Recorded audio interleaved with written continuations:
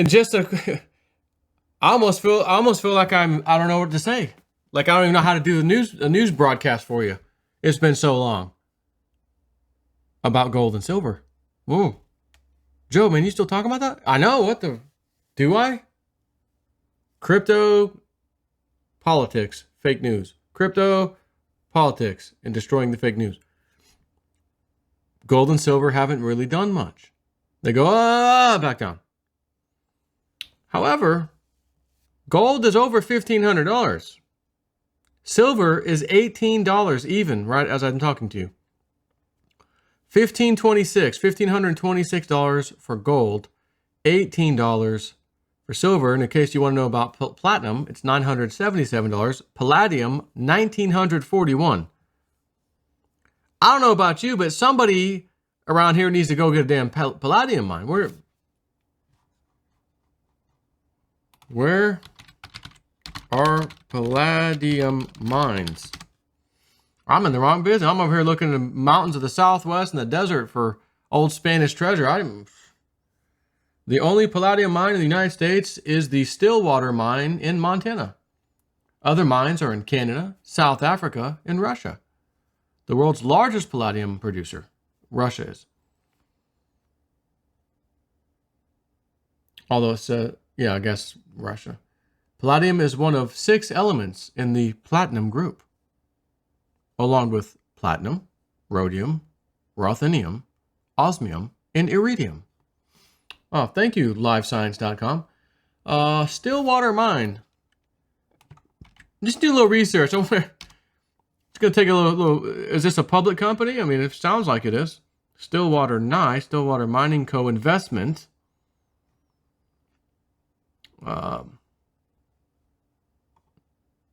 Let me just pause this for a second. I just want to see, do they have shares? What have their shares done over the years? I'm just curious. Stand by. Can't really find any stock information yet, but I did find something interesting. It is wholly owned by Stillwater Mining Company. The East Boulder project, 20 kilometers west of Stillwater, began commercial production in 2002 following an investment of $370 million.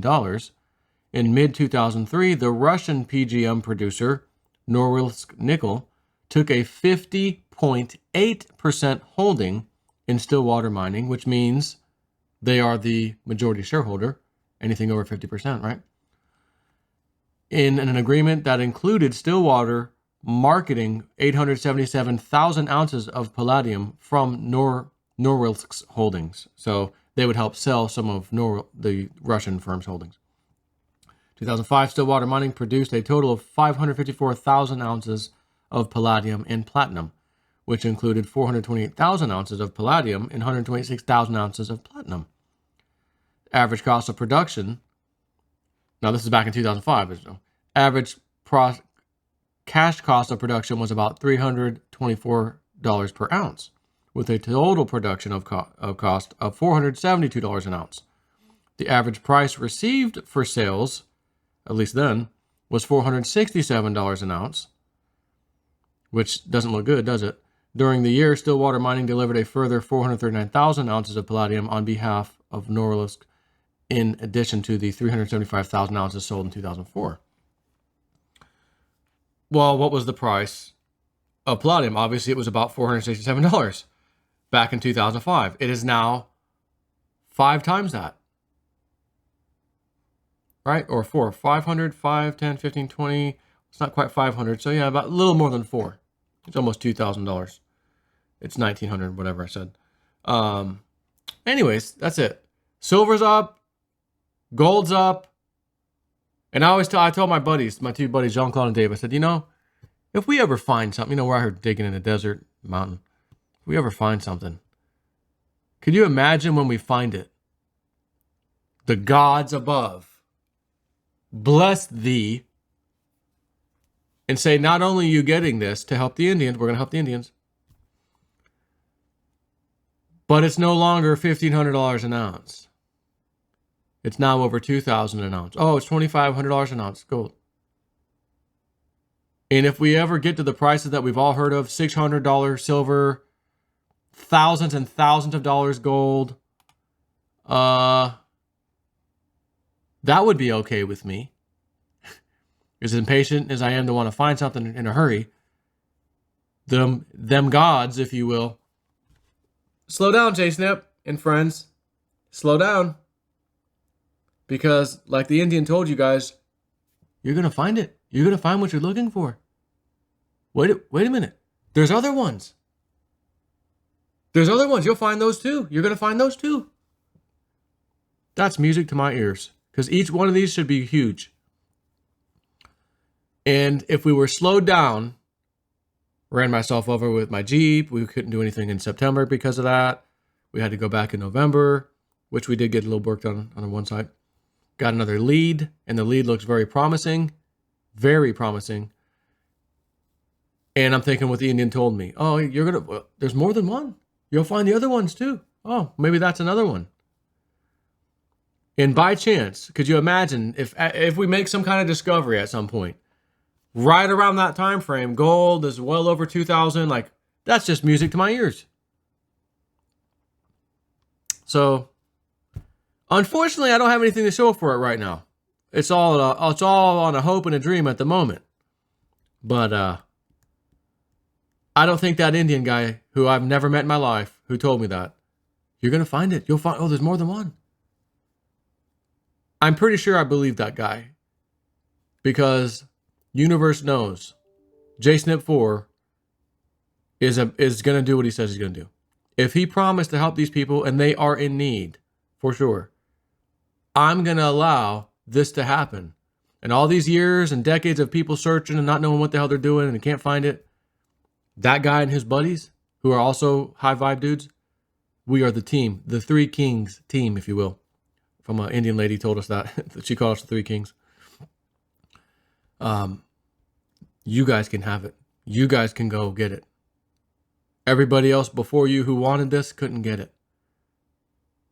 Didn't have the right mindset, spirituality, etc., etc. Greed's too much for them. You guys, you proved yourselves. Go get it. It's yours. Like the Indian told me, yeah, go get it. Go get it. It's yours. You can have it. Because I'd asked him, I feel like I need permission. Like from the Indians are like Great Spirit. Because they used to dwell out here in these mountains. They're not anymore. They got kicked off. But when the Spanish came, they enslaved them and everything else. I'm like, they deserve some help now. And there's a lot of stuff allegedly left behind, hidden in these, in matter of fact, probably all kinds of mountain ranges in this country. And I said, I'm asking if I can have permission. And he goes, yeah. Yeah. You have permission. Go get it. It's yours. Go get it. And I said, is that you? Like, are you telling me? Or is that like,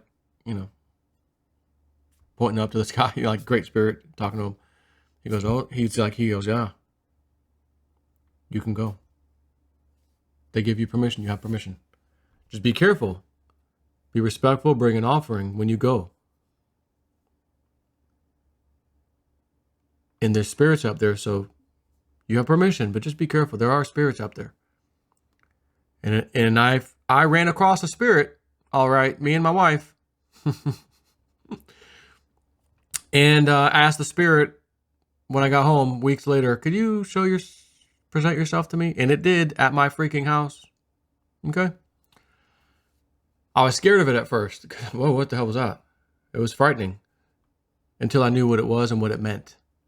In which the Indian lady and this other guy that told me, go get it, explained what it meant. And I was absolutely, and still am, honored as a white jabroni. I'm getting a little chills as I say that. Honored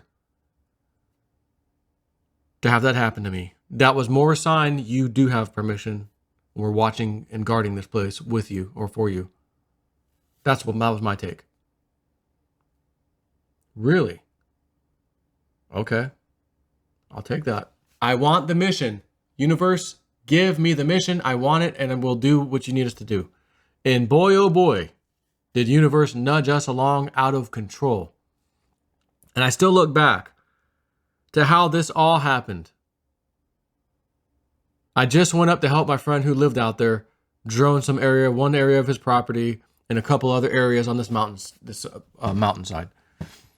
And he basically butts up against the mountain. So when I say the mountain, it's whether it's his thing or the other two. The other two are not really his property, but it's just open hiking land. And again, he couldn't see high, so I didn't want to take my drone to take a look for it. It's his property that's the most exciting.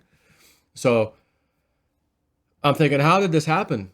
I just went one time. It was like a 3-day weekend. What the hell? I'm not doing anything. I'll take my drone. And I've never really been out in the mountains, so to speak, ever. I went to Tennessee one time in the, there is a mountain range up in the northeast area, not the Rockies. Now I have to look because it's going to bother me. And it's a very big tourist attraction area of Tennessee.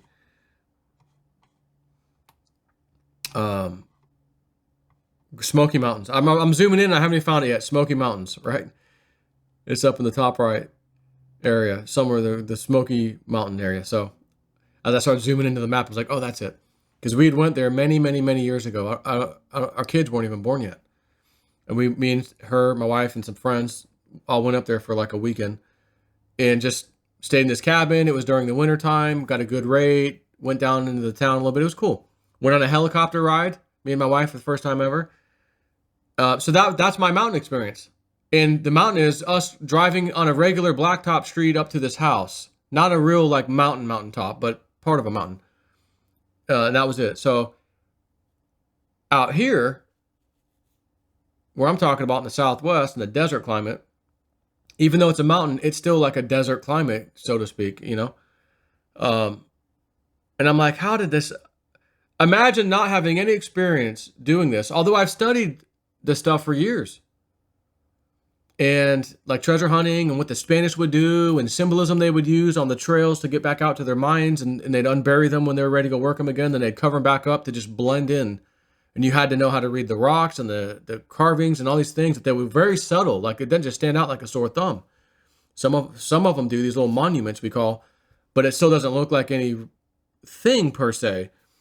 So I'm like, how the hell did I just have how did I just like kind of know this stuff without ever doing it? And I get out there and I'm looking at this my buddy's site, and I'm like, this looks very interesting. There's a lot of stuff here that just looks like some activities happened here, you know, but where, I don't know. I get an email from Dick Allgaier out of nowhere. Nowhere. He had no idea what I was doing. Never talked to him. Hey guys, I was just doing an open remote viewing session. It's called an S5 session. It's where I don't get tasked with anything. I just basically ask the universe, show me anything that's interesting that you need me to see. And yet universe knew he's a friend of Joe. Joe's a friend of his. We're going to sell you something in this remote viewing session that's very applicable to what Joe's doing right now. To let both of you know he's on to something. And he doesn't even know it. He being me. And he describes me out in a mountain area with a body of water nearby. Yep, that's for sure. Yep, I got that. Yep. And what I was wearing, my hat, detailed, everything. And then describes, oh, I'm inside of the side of a mountain. Somewhere. I don't know exactly where, but I'm inside of a mountain. And there's something buried in here of great value. Exactly what my friend's been telling me all these years, you know, that stuff, these stories, you know. The Spanish were out here. They got run off in 1680 by the Indians after the Indians had enough of being enslaved. They never really recovered to come back. They did a little bit, but not nearly as much as they had the strongholds before. Things changed. They left. That was it. Like, and a lot of the stuff got buried in a hurry. And that's that. And anyway, so here I am doing this, and I get a little nudge from universe. This isn't just for you to go have fun with your drone. There's really stuff there.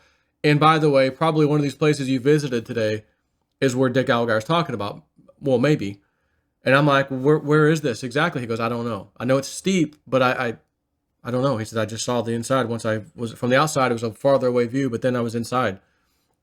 And I'm like, holy crap. So I sent 8 pictures to Sharon Michelle, the psychic, of that particular drone footage, my buddy's site, because that was the one that had this interesting little monument thing and, you know, whatever. And I'm like, well, I don't know where to start figuring out where do I dig? How the hell do I know? I don't know. And she goes, picture number 6. That's the one. Forget all the other ones. Boom. That's the one. You're not just going to walk in there. You're going to have to dig in like a crack or crevice or like dig stuff out and like get in. But that's the hardest part. Once you get in, the rest is a bit easier, quite a bit easier. You still got some work to do, but getting into the final first like chamber or whatever or opening, that's the hard part. It's not going to be easy. Okay. Picture 6, she said. Okay, so I'm going to now go back to my drone footage and I'm only going to study that whole picture 6-ish area where I flew the thing, which is a very small area. And I'm going to pause and look around, look around. And I saw this little scratched out part of there's a big crack on the side of this mountain, on this cliffside of this site. And there's like you can tell if someone had picked or, you know, done any damage to the mountain because the mountain is like a grayish color. It looks like, you know, not necessarily jagged, but you know how rock mountain looks. And then there's like these little flat parts that are like tan. Someone has dug or cracked out something there. That's why it looks that way. And I'm seeing a couple of spots on this particular footage that have really got my interest. And I see this one thing that looks like an S is carved into this side right by this crack. And I'm like, days and days would go by and I'd get this gut feeling, go look at the video again. After she had told me picture 6, go look at the video again. Go look at that. What is that 6? I'm trying to research all the stuff I had researched. S means nothing. I don't know. Looking at. Finally, I see it. It's not a S. It's actually one digit of another number. And then I'm like, oh my God, if that number's there, this is very important to me with my studies. If the other number that I'm hoping is next to it is actually there, it's going to really excite me because that signifies this was an absolute good site that something's in there of value from the Spanish. So I go check my notes and everything. Oh, okay, that's the number. Got it. So I look at it again. Yes. Oh my God, it is the number. And the other digit was right next to it. How the hell did I even miss it? It was unbelievable how obvious it was. Now I know why I kept having this feeling. Go look at it again. Keep looking at it. Keep looking at it. My wife's like, why are you looking at this? You looked at it 1,000 times already. I'm like, I know. This is one part too. I said, I don't know. I keep feeling I have to get like I'm missing something. Once I did that, that feeling that I got to go look at it again, it went away. And then I noticed after that, I said, well, as the drone went up and off to the right towards what would be called picture number 7, I caught an interesting rock that also has extremely important value, if you will, as far as symbolism, sitting on top of this ledge that I did not see before. And that rock, what it signifies, which I'm just keeping this stuff quiet, signifies the same thing that the number signifies. So I said, I want to go back now and I want to physically walk over to this place or hike up to it or whatever. And I instinctively knew I got to call JC, Jean-Claude. And he's like, well, we need to have Dave come. I'm like, of course we do. Dave, JC, can you come? Absolutely. Let's go. And that was the first time we ever went there in January 2019. And I'm looking at that crack. And there was a little mound of dirt with a little tree growing out of it. Like a small pine tree. And I'm like, what an odd place for this pine tree to grow. And why is this mound of dirt, which ends behind there is this big crack that looks like it opens more and more as it goes down. And this mound of dirt is at the bottom, meaning, guys, if we remove this dirt, is there going to be like a hole? Does the crack open? Let's go find out. So we started removing that dirt and the crack ended and it was just mountain. Okay, no opening. But we found 3 rocks. Another one was about 400 pounds, completely flat and worked by man. And it was in another symbol that it was attached to the other number. It's two important numbers. The top number was there, and when I finally figured out what that top number was, like I said, I realized, okay, well, this other number has to be somewhere around there, but I don't care. That's already enough for me to say, let's go over there. Once we dug, we found the other number. Who in the hell would carve a 400-pound rock in the shape of this very specific number that matches the other one, so to speak, they're part and parcel? And it actually has to do with a Bible verse, I'll tell you that. And that happened in January, and that's what started us. The very first place I said, guys, I think we should dig here, because not even necessarily Dick Algar, because he couldn't tell me where. He just got me excited with this stuff's out here, but he still helped. It was pretty amazing what he told me. And then Sharon Michelle, number 6 is the one. That said, okay, but where on number 6? You could be 3 feet away and be in the wrong spot. So, okay, there's a number up here. There's the crack. I think it's telling us, like, go down this crack. So we did. And again, found 3 important carved rocks. They were all 3 carved. The biggest one was the one that was the other number that I told you about. But we uncovered another crack that was hidden by these rocks, and that's where we're working now, because I think the clues are saying go there. Again, this is my buddy's site, not the other 2. So we can do anything we want on his place. The other 2, on the other hand, not so much. You can get mining claims, though, from the BLM, Bureau of Land Management, and you can work them as a mining claim. And people have done that over the years, actually. But those, I'm not seeing enough there that make me want to say, let's go get a mining claim. They're cheap, like $100 maybe to do a claim. And I don't know if you have to renew it every year or every few years, but it's not that big of a deal. It's just like, but I'm not seeing anything that's telling me I need to do that. I'd rather spend our time on my buddy's site. Again, I just told you what we found there so far, these rocks. So anyways, gold, silver, keep going, baby. Keep going higher and higher and higher, especially the gold part, because I didn't hear much about silver being stored in here, according to Dick Algar. But there could be. But again, pound for pound, I think I'd rather have some gold than silver with the prices these days. Again, pound for pound. If I'm going to find something, that's what I'd rather find. So we'll see. Again, we're going back soon. Me and JC and our daughters, just for a weekend, just for drone footage. And then we're trying to plan the next trip. I know it will be after April, but I don't know how far after April. I've got J. Snip 4 Jr. coming, about to be born. Maybe late January, maybe very, very early February, sometime around there. So that's why I got to get the heck out of here quickly. January, get back. God help me if my wife has this baby while I'm out of town. She will murder me. Take care.